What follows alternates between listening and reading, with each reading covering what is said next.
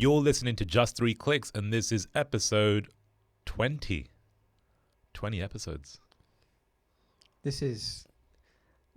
going to be honest, when we started doing this, I didn't think we'd get to this number. I thought, maybe 12 we'd kind of stop. Yeah, because we've started things before. Like, remember, how many blogs have we started? Like 3. Yeah. And then just nothing ever happens. I remember, actually, the first time we done a blog, I wrote an article on it, on the videos blog. I can't remember what it was now, but I know I wrote one. It was about audio in video, how you could change the effect of a... the mood of the video based on the audio. Yeah. There's a word for that. It was in that blog post. I don't remember it anymore. If we still had the blog, then maybe you would know. I know. We're starting a new blog for anyone that's listening. That'll be out probably by the time you're listening to this. I think the blog will be live. If it's not, then probably just forgot to do it. But it was supposed to be live last week, so that'll be good. New blog. The website's new. Yep.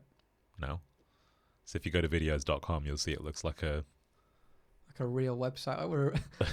Like we're a real business. Real business website. Yeah. We'll touch on that actually in this episode. I mentioned it, so I posted on LinkedIn Friday maybe, saying we've got a new website, and over the years we've always had quite a long form, direct response style sales page. It was kind of like we used to call it, like, when people come to it, they buy or die. It was like you either buy or you go away. Which in some respects is like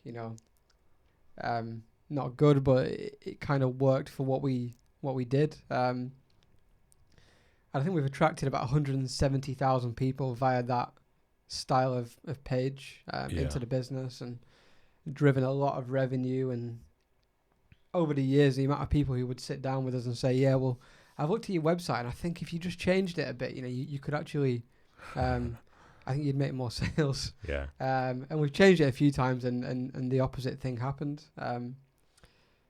And I think people assume that because the website was how it was, that we didn't make any sales, but we were spending last year $1.3 million in 1 month. Yeah. Through that style of page, and it converted pretty well. So, well, the thing is, like, on our paid advertising, we're still going to run that page because it's optimized for paid traffic. So we'll talk about it a little. We'll get back into this topic because what we're going to talk about today is, well, we'll structure it a bit more today because we haven't for the last 5 or something. So today it's about money, numbers, and spending large, whatever that means. So we'll get into that in a bit. So we'll talk a little bit about bootstrapping the business.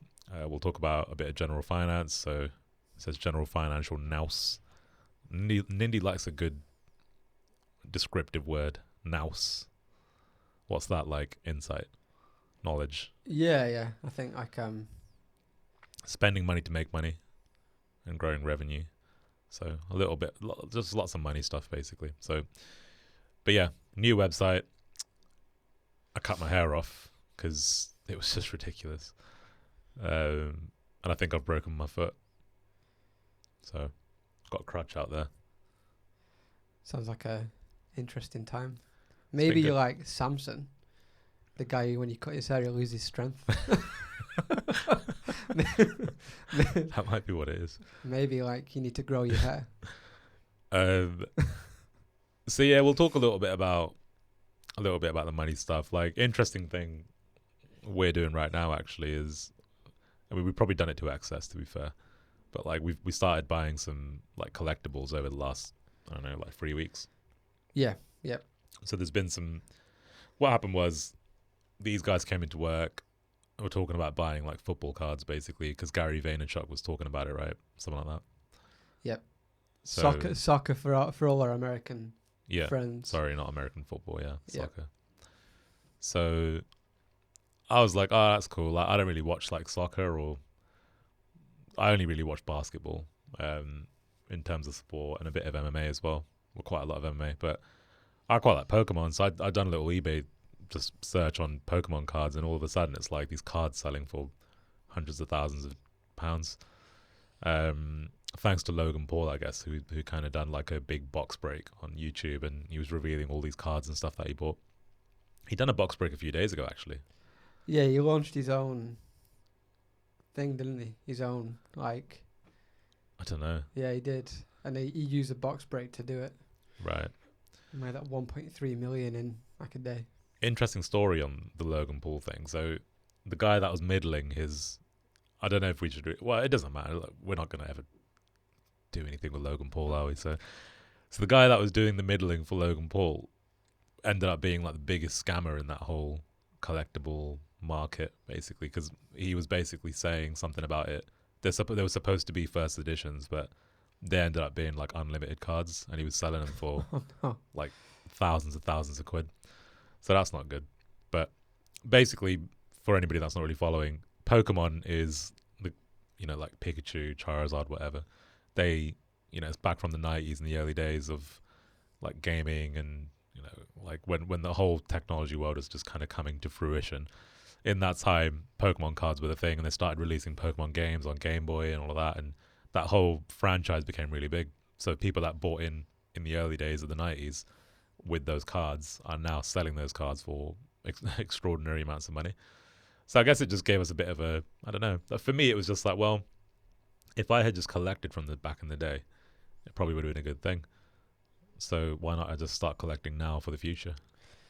Yeah. Same with me. I'm buying it for, I'll buy it, store it, give it to my kids, whatever. I think for me that's probably because I bought back in the day. So in 98, 99, I made money from Pokemon cards. I used to trade them at school.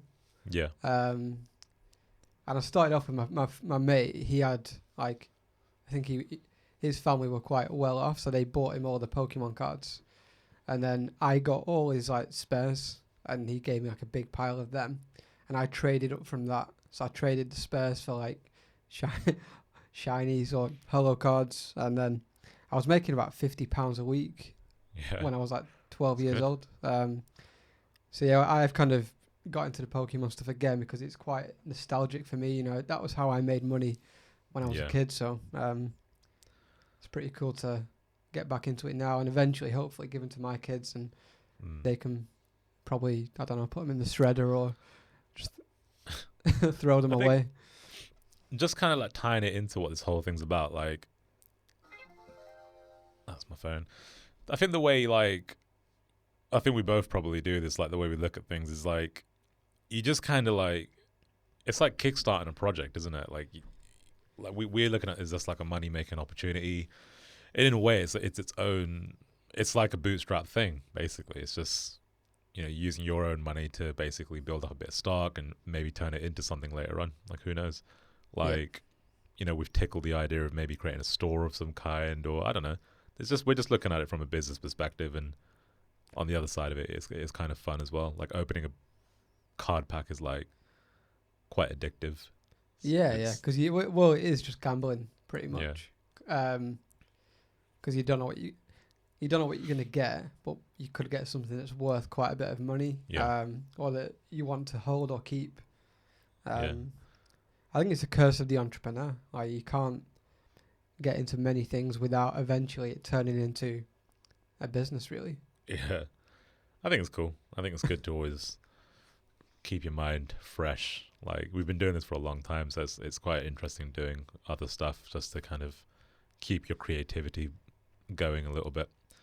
But if we rewind back to kind of like the bootstrap thing, I mean, we're still bootstrapped. Actually, we're not rewinding. We're still bootstrapped. We've still not had any investment. I kind of hate the term bootstrapped.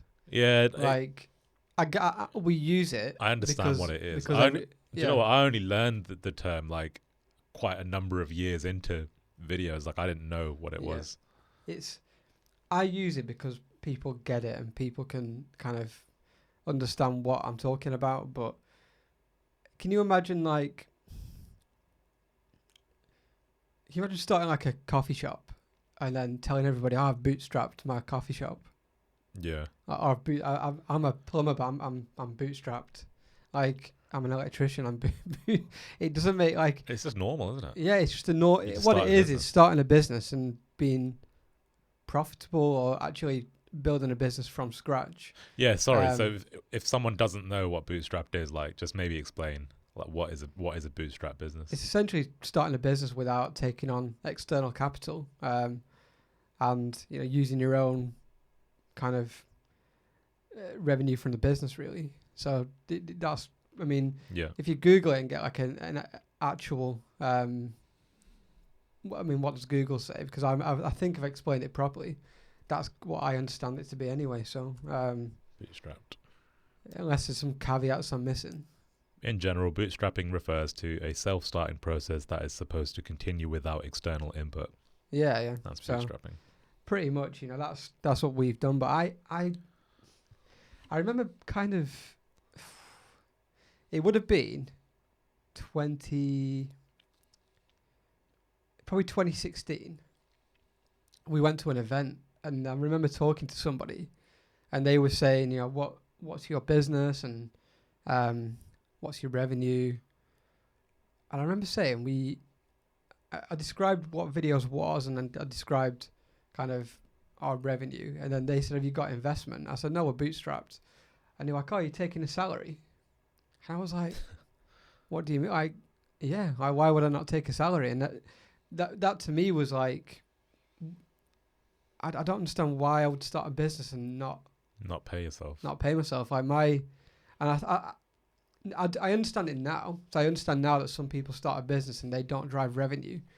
They drive users and they try and prove the concept, and then they go and get investment. Then they pay a salary. But it's just not the way. I didn't come at it from that. Like, I've never gone and pitched for investment from my idea. I've always wanted to prove my idea, and then if someone wants to buy us, or if somebody wanted to invest in the company, then maybe we'd think about it. So I think bootstrapping for me is just starting a business. It's just having a good idea and executing on the idea and turning that into more than what you've invested in terms of your own capital. But it's not cool to say that. It's we all need a term. I'm a bootstrapper or whatever. But yeah, bootstrapping for me is just starting a business, and rather than focusing on trying to get investment, you focus on trying to get customers and trying to make revenue and grow the business on your own. Yeah. So there's obviously pros and cons. I don't think I'd ever. I don't know. Like, it doesn't. I would never sit and think, right, I'm gonna go and bootstrap this business. It's just like, and that's my point with the whole card thing. It's like, we're not thinking like, all right, well, where do we get some cash from, or whatever. And I'm not saying that because we've got cash available. Even if I didn't have a lot of cash available, I'd still be the same. I'd just be like, well, how do I figure out how to get access to stock without spending shitloads of cash then? Like, I wouldn't think about borrowing from I don't know. That's not how I would initially think about it. No. I think I operate best when I've not got many options. Like, I think I quite enjoy turning nothing into something. That's probably where I'm quite comfortable. David and Goliath. Well, it's that, isn't it? Like, I like being the underdog. I think I've always enjoyed that whole thing of like overcoming the triumph. I think it's fulfilling a little bit. Definitely. I think as well it's owning your ambition, owning your problems as well, and not expecting to buy your way out of them with somebody else's money. Like, if I look at my upbringing and how I was brought up, and my background, like, my parents aren't really wealthy. I had a good childhood. It was, but I had to go and work from like the age of 12, 13, get a paper round, and I had to pay for my own stuff, and if I wanted a phone or new trainers, it was me that paid for it. So I think I've always had it within me to just go, and if I want something, I'll just go and make it happen on my own. I don't kind of go to mummy and daddy and say, please can you help me? Or I don't go to an investor and say, can you take a risk on my dream? I'd rather just go and do it on my own. Whether that's good or bad, someone might have raised, $50 million and say, well, you guys are stupid because you're risking your own money and you're taking longer to do it. But, there's different ways to grow a business, and there's different ways to, to manage your life and do what you want to do. And I think for me, I would only take investment on if, number one, I got on with the investor, and number two, I was 100% sure that I was going to get them a return, because I wouldn't want to be in a position where I failed, because I don't enjoy. This is the problem, because then I think your perspective is different when you've got an investor. Like, and I can we could probably relate to this a little bit now, because we've gone through the process of looking at investment and stuff, where it's like your mindset kind of shifts to like, well, instead of the passion that you would initially have for the business, where it's like, I'm really passionate about what I'm doing, I love it because getting paid pretty well as well. That's the whole bootstrap thing. It's like, you're in control of your destiny and your paycheck, essentially. We could do whatever we want. Like, but then as soon as you've got that other side of it, it's accountability, it's risk, it's pressure and stress. These are all things that come added with that. So it's like, how do you maintain like the passion you've got for it? How do you like still enjoy it whilst being under tremendous amount of stress because you've got millions of dollars worth of investment from someone? For me, that's where it kind of balances out, because I'd prefer just to do it on our own in some ways. I think for me it would have to be, the business would need to be in a position where it's really predictable, and you knew that there was kind of, if you put £1 million, £2 million, £3 million extra spend into the business, that it would yield what the metrics state it would do. So if you're buying a customer for £1 and you're selling it, over time you're getting £3 out of the customer. 1 to 3 is a good ratio for a SaaS company. If you knew that if I put £1 million in today, that those metrics are going to hold. If I put 10 million in, they're going to hold as well. If you knew that, then go and raise the money, because you can go and get to where you need to get to faster. But if you're not 100% sure on your metrics, it's just I think you'll end up in a position where you're doing different things every month to try and hit your numbers, and those things might get you there in the short term, but they're going to impact the long-term performance of the business. Yeah, I'd agree with that. I think if you were going to start a new thing now, like a new business now, would you just do it the same way? Yes, but I would potentially go and get investment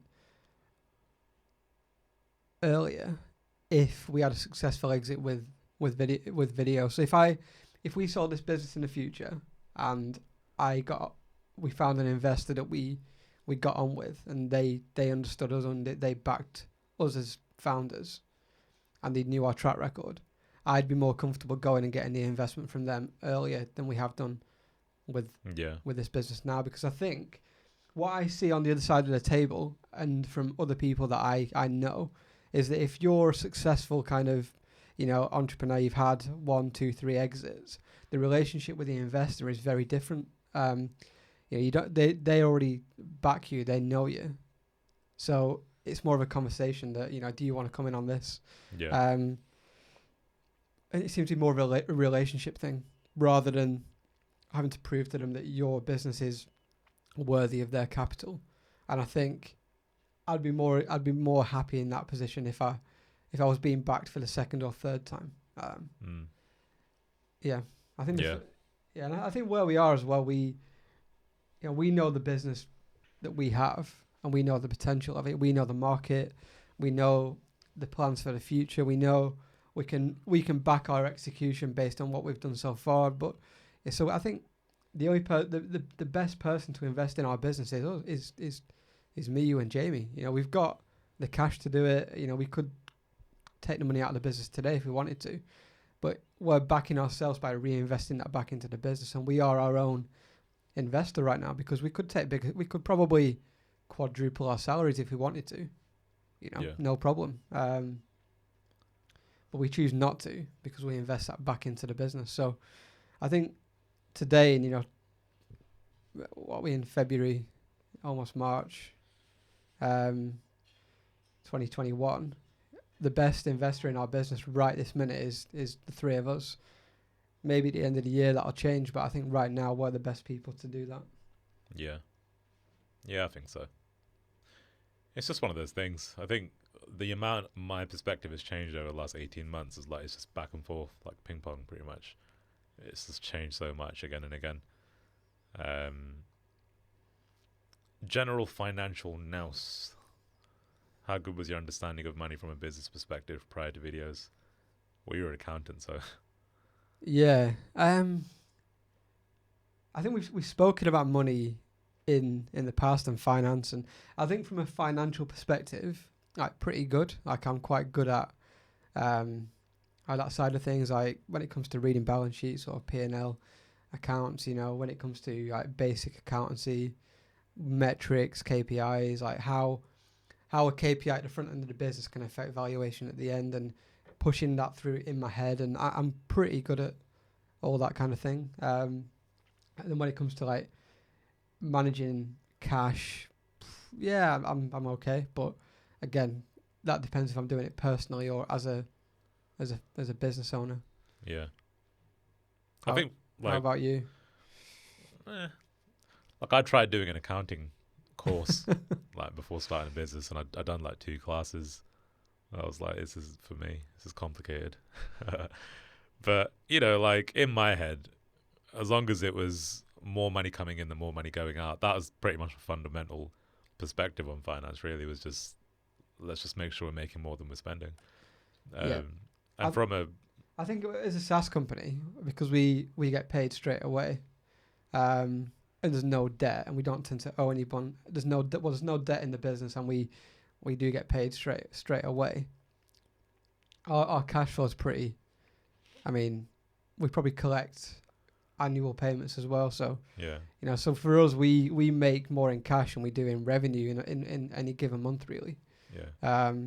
So for us, it was always like, if there's more cash in the bank on the 1st of March than there was on the 1st of Feb, then, you know, we're okay. It's not the best way to manage your business. Like, I'm not condoning that or saying that's what you should do, but I think in the early days, like when you're starting, as long as you just understand that basic kind of premise of you just make more than you're spending, like especially if you're bootstrapped, you have to, like, otherwise, you know, you're fucked basically. So like in the early days, but over the last 5 years I've learned so much, like from you being an accountant, from working with other people who have their own businesses and seeing how that works, learning about how a SaaS company works, but then also understanding the entire subscription side of business, like churn and, you know, those kinds of metrics and how that impacts your business valuation. So I think like what the question Lindy's asking here is like,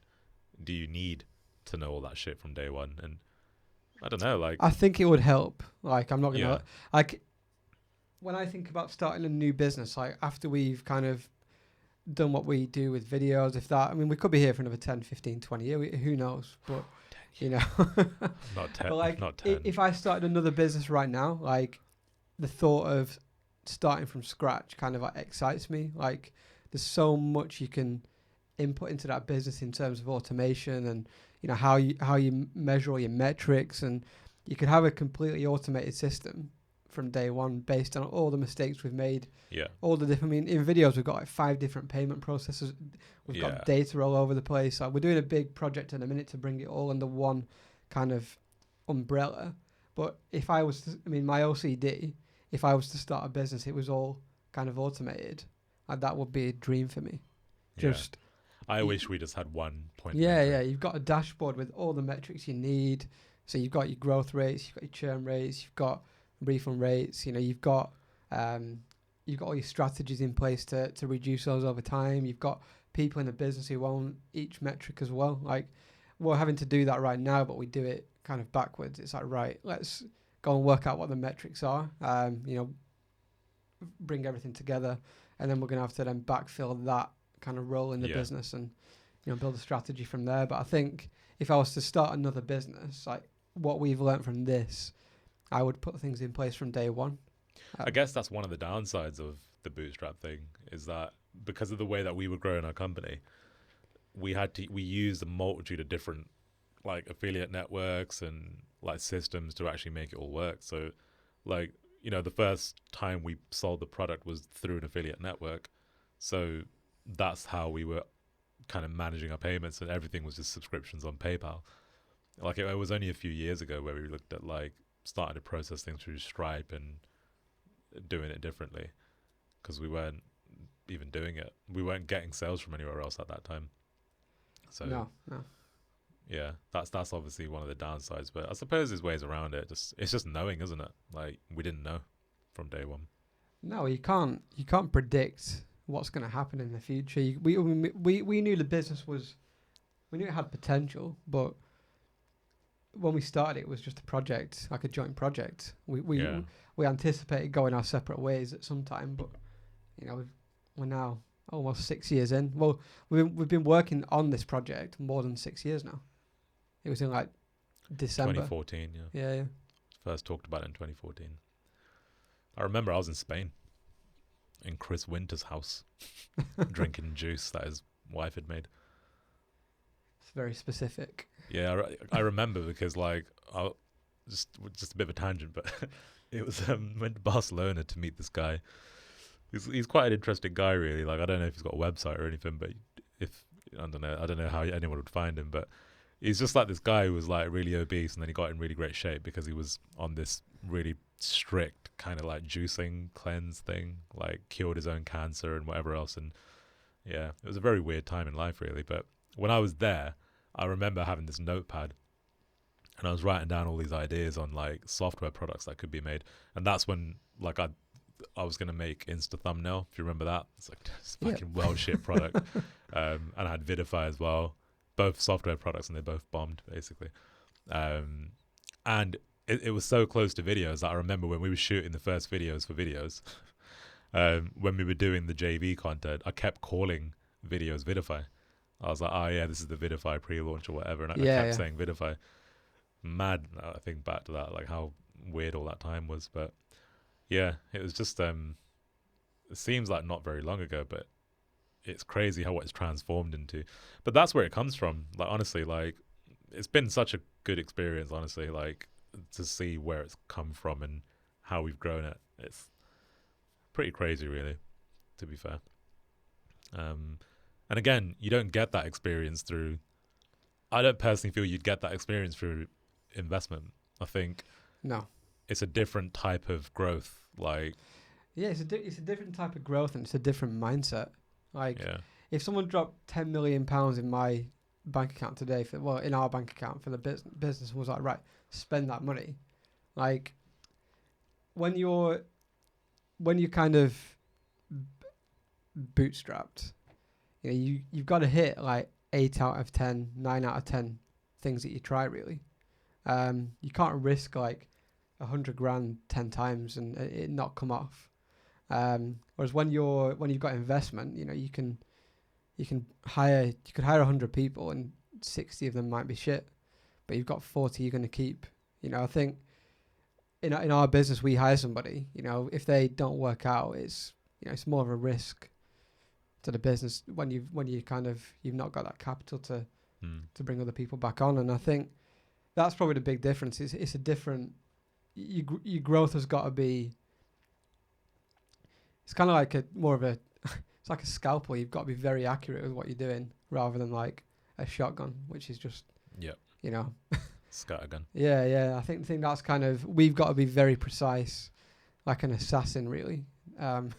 Yeah, you know, like that's kind of that's how we grow the business, is like precision, you know, speed as well. You've got to be fast, but as you go moving fast, you've got to be very precise with how you operate the business, and you've got to, if you see something not working, you've got to cut it quite quickly. I mean, we just had a call before this podcast on a certain area of the business where we're trying to create contingencies because it's not going the way we want it to go.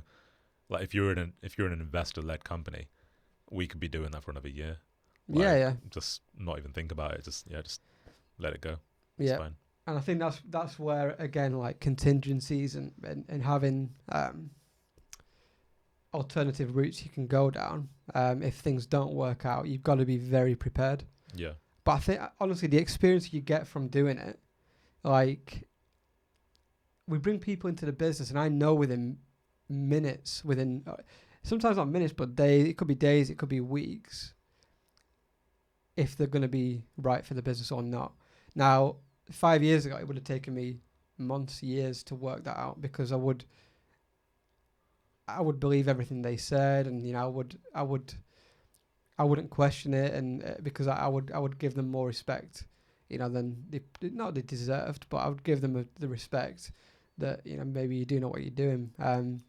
Whereas now, it's different. It's kind of, I've heard the same line so many times from different people that when someone gives me the same line again, I'm like, oh, here we go again. I don't let on that I think that way, because I'm not that cynical, but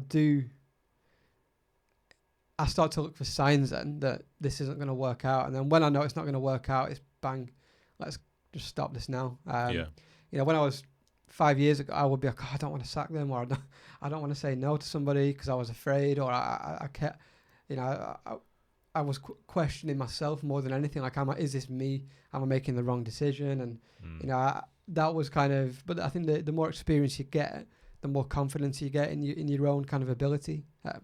Like, you don't grow a business from 0 to 10 million in revenue without having some semblance of ability. Yeah. Even though I can sit here and say, how the fuck I did this, I had no idea. But you can still look in the mirror and think, well, I must know something. And if I'm dealing with somebody who's not grown a business from 0 to 10 million and they're coming into my business, then, I'm not going to disrespect myself and say, well, you know everything, you know more than me.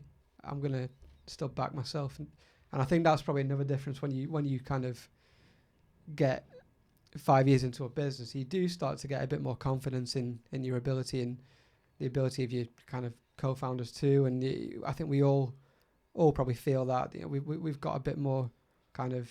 I think we'll back ourselves nowadays, and maybe 5 years ago we had to back ourselves, whereas now we still choose to. It was like a punt, wasn't it? Really? Yeah. Like, when we started, it was just like we didn't know the product was going to work. Like, I know we say it in the video, like, well, we knew it was going to work, but we didn't really. Like, it's, that's just fucking marketing. But, like, if we knew it was going to work, we wouldn't have had backup plans. Like, we had all these other products. We had graffiti. Do you know what? I'm not going to say the names because I don't want to. I don't want people starting to say, oh, well, I remember I bought that and now I can't find it anymore. Let's just not say the names. But there was a bunch of other products. In fact, cut that out of the podcast. Graffiti still works. Like, graffiti's there, isn't it? Like, that works, doesn't it? I couldn't even tell you right now. If you use graffiti, then just send us an email and someone will help. It's probably fine. But the point I'm making is, like, if we had 100% faith in it, then we wouldn't have had like backup plans and other products that we wanted to potentially pursue. It's just that video's stuck. The customers were like in love with the product. So then we just, your confidence builds over time. There's a good question here on like spending big, basically. And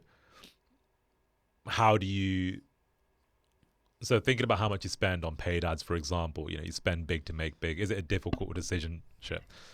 Is it a difficult decision to make initially, spending that kind of money if there's no previous precedent for it? I often think about this when it comes to major deals like ASOS snapping up Topman and Topshop, for example. It's a lot of debt and a lot of risk to have a lot of faith in oneself. That's a good question. You don't tend to make big purchases and big decisions like that unless you're big enough to do it.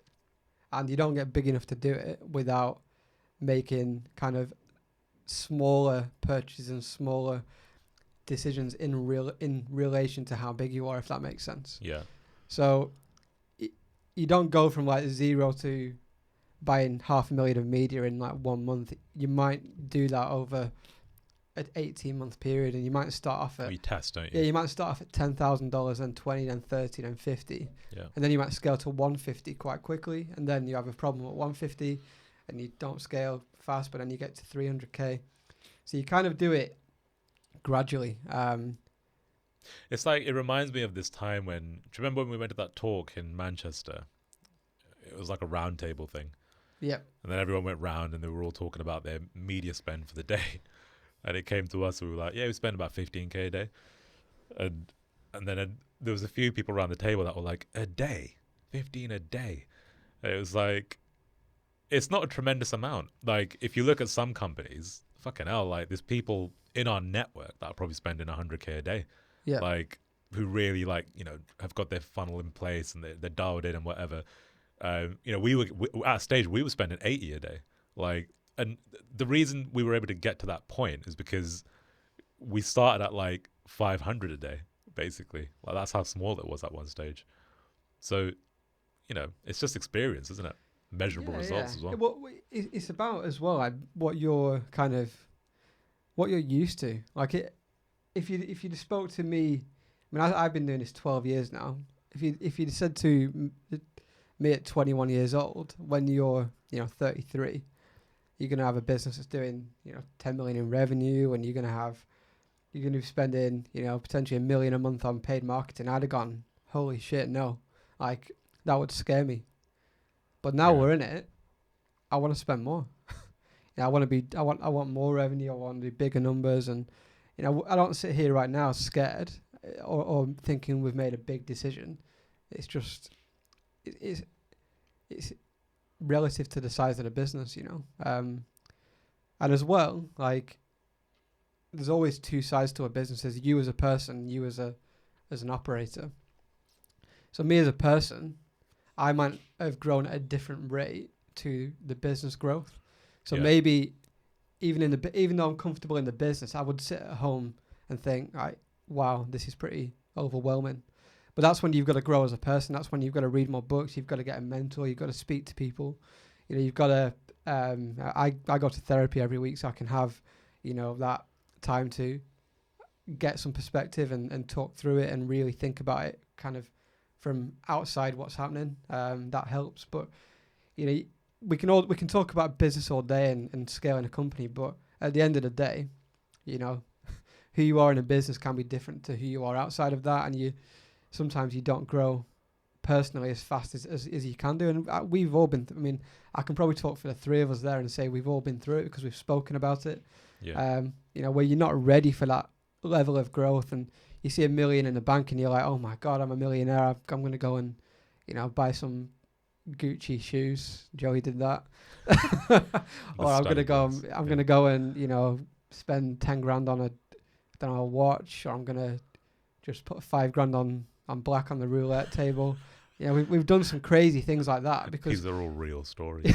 That's what's bad about it. He's not just making these up. But the reason we did that is because we weren't ready for the level of success we had. So, sometimes you outgrow what you're doing in the business it's kind of like a rodeo in some respects. Sometimes you're not ready for what the horse is going to do. Yeah. And you get thrown off, or you're getting absolutely destroyed on the back of the horse, but then you get it under control and you can actually, progress and that's kind of what a business can be like. You can get as a person, like your kind of true self, you can get thrown off the horse at some stage, and you are going to do stupid shit, and you are going to make mistakes, and you are going to spend too much money, or you're not going to be ready for that. And you see it all the time with, you look at kind of sports players, and they get money at a very young age, like 18, 19, 20. They can become like multi-millionaires. Look at like Justin Bieber as an example as well. Someone who was young and got a lot of money. He personally won't have been ready for that, and that's why people go off the rails. That's why they get into drugs, or they start hanging out with the wrong people. They get attention from people that are more interested in the celebrity and the money than they are the person. Yeah. And that's when people start doing stupid stuff, because that's what they think they should be doing. But then eventually they all come back around and they mature and they realize that people wanted me for the wrong reasons, and you come back to your true self, and you can start to actually progress and operate like a functional human being again. And I think that's the same in a business. If a business outgrows you, it can lead to burnout. It can lead to you're doing crazy things. Like the money side of things, that's another episode on its own, because money does affect you in different ways. Like I know of 20 or 30 people who've made a lot of money, and everyone's got the same stories. You know? Going out, spending a lot of money, and you want the attention, you want people to know you've done well for yourself, and that's all about stroking your ego. But eventually, you know, you realize that that's not really important. And if you're going through that right now yourself, you'll be saying, "Oh, that's stupid. I'm going to do this for the rest of my life. I enjoy it." But you will get to a stage where you burn out and you're like, "I just want quite a normal life now. I just want to," and I'm sure at some stage, you know, that'll happen again, because you've got to be prepared for things like that. But that's probably, you know, we do like to go off on a tangent, but for me, that is when you grow in a business, that's how you adapt. You've got to be prepared to adapt personally, and you've got to run kind of down two paths. You've got to run the personal path where you're kind of adjusting to the level of success in the business, and then in the business, you've got to make sure that you're investing a good portion of what you make back in. And the bigger that investment gets, you kind of can't get scared about it. You've just got to be adaptable. So, yeah, that's kind of it. You don't go in on day one and spend $500,000 on paid traffic, or you don't go and, you know, rent a £7 million office. Yeah, you know, and I guess like gradually. I think people will be some people might be a little bit upset about that answer, because I think people want instant results. Like, and there isn't, you know, there isn't really an instant big result. Like, you can get instant results in the sense of like you can get quick wins, but big scaled up kind of results like that do take time. You saw it at the round table. So when Joey said we spend 15k a day, everybody was shocked, but we weren't shocked. We were like, that's normal. That's normal to us. Yeah, we're trying to get to 50. We're trying to get to 50. You know, for us, we don't think that's impressive. We just think it's, you know, it is what it is. And I think everybody is different. You know, we all have our own perspectives. We've all got our own experiences. And, you know, for me, that's where we are in the business now. I don't feel like the big decisions, like, and that's just, it is experience. I mean, I caught myself saying something the other day, right?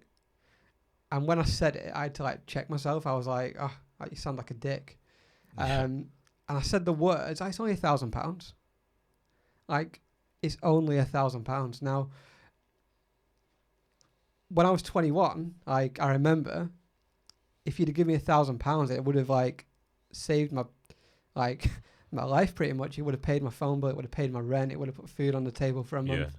You know, I needed £1,000, and you know, when I kind of said it's only £1,000, I can say it's only £5,000. It's only £10,000. These are the things that come out of my mouth nowadays, and I'm like, who is that person? And that there is like, someone else could look at me who was in the position I was 12 years ago and say, you're a dick. Yeah. And I can look at myself as that person 12 years ago and say the same thing, because you're kind of trivializing that level of kind of money. But that is what experience does. It, you operate in a different kind of realm of possibility. Yeah. And I think that's, you know, Nindy's obviously kind of put this brief together. And if Nindy kind of came on the same journey we've been on, and he got a business that he owned up to 10 million, he would probably think, you know, the question would maybe be different. Yeah. Because I don't know, you just think differently once you've been through it, and it's just kind of a weird place to be. Yeah. But you still need to keep the other perspective of the person you used to be as well, because you've got to. I think that's the most important thing. There's a story about a guy. You might know this actually. I can't remember who it is that tells this story on Joe Rogan's podcast, but anyway, it's a story about a father with two sons. Do you remember that? Guy Ritchie. Yeah, the Guy Ritchie story. So for anybody that doesn't know it, basically, I'll try and tell it the best I can. It's probably going to be shit compared to him. So if you haven't seen the Guy Ritchie episode on Joe Rogan, watch that after, because it will probably articulate so much better than me. But the father basically has two sons, raises the kids. One of the sons says, you know what, I'm going to go off and do my own thing. You know, I'm going to go live my life and whatever. And the other son says, I'm going to stay with my dad and, you know, help him run the house and be the good son, basically. So loads of time goes on, years and years. Both the kids grow up. One of the kids is still away and the other one's still with his dad. And then in that time, the kid that had went away had basically gone and done all kinds of different things, broke the rules, was rebellious, got in trouble, smoked loads of weed and coke, done loads of coke and hookers and whatever else, and basically just had this really intense experience of just going through all this loads of shit, basically. Whereas the other son done everything that the dad wanted. He, looked after the house. He helped dad with his work, and was just that really great son. And then when the other son came back home, the dad was basically really excited and greeted him with loads of love and just said to the other son, "Look, I want you to help me throw a party for your brother because he's come home, and I want to welcome him back with open arms and celebrate the fact that he's home." So the other brother's pissed off because he's like, "Well, what about me? Like, I've done everything you wanted me to do for all this time, but I don't get anything like that."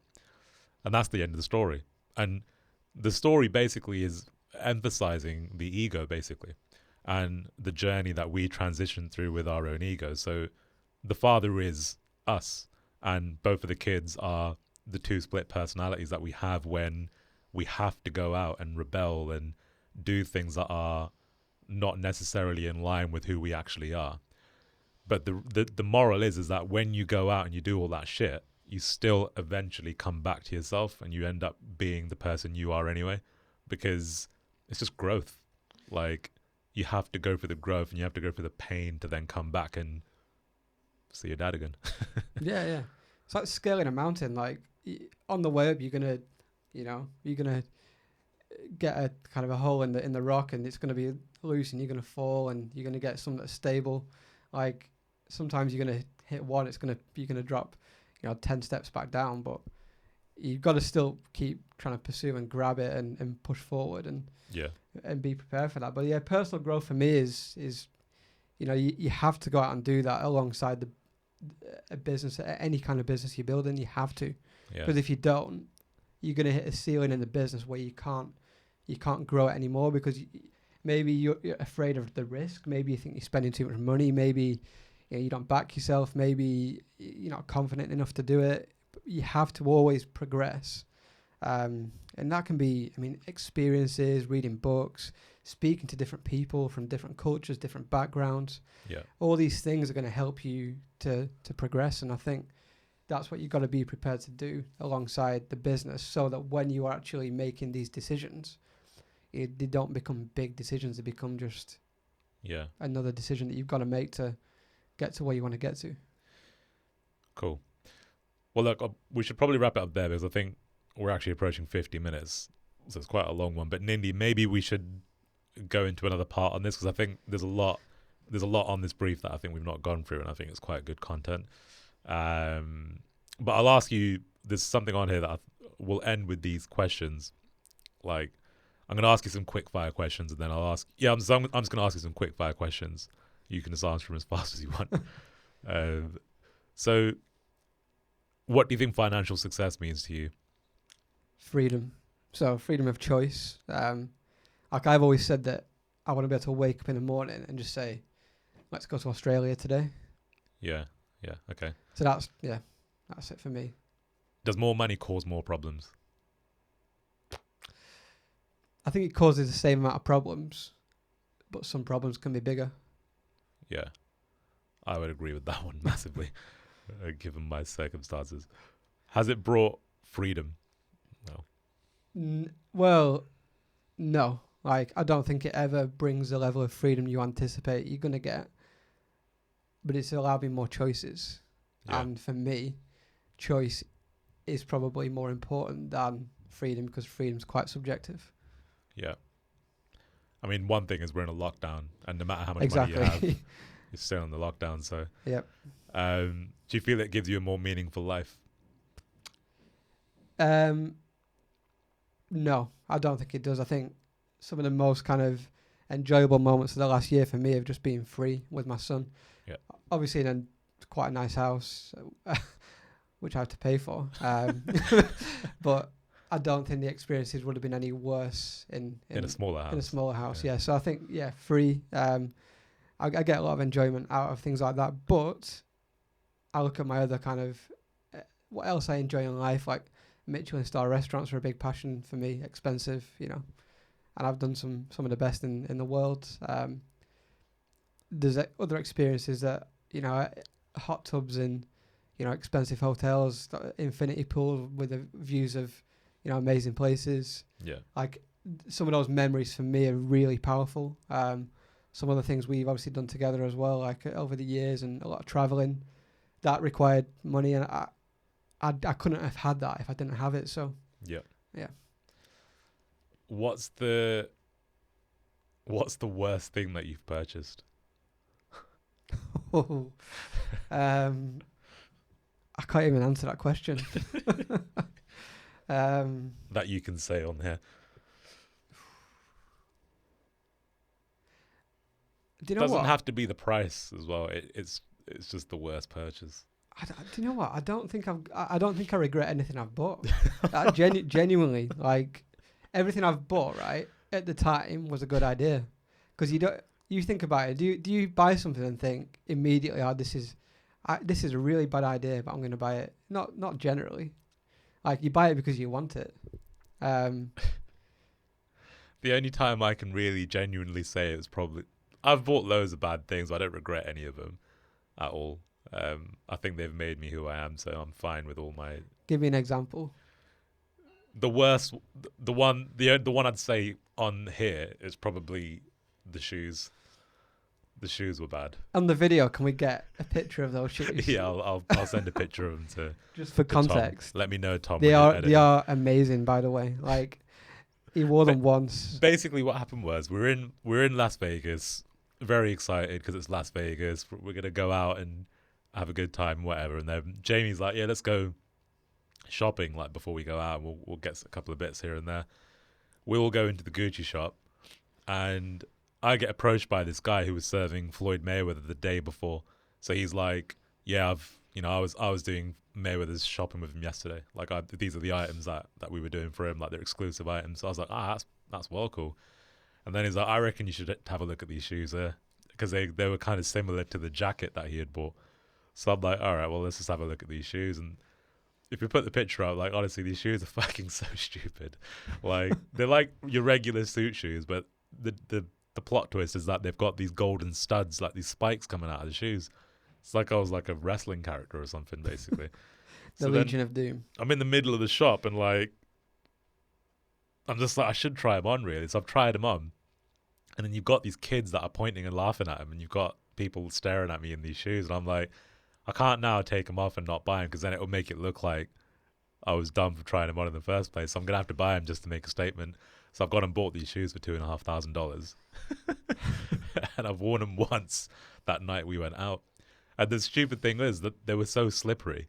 Like, Jamie was stood up on the seat thing in the club, and every time Jamie was like, yeah, stand up here, and I'm like, I can't stand up there because every time I get up there, I'm slipping in these fucking shoes that I've bought for too much money.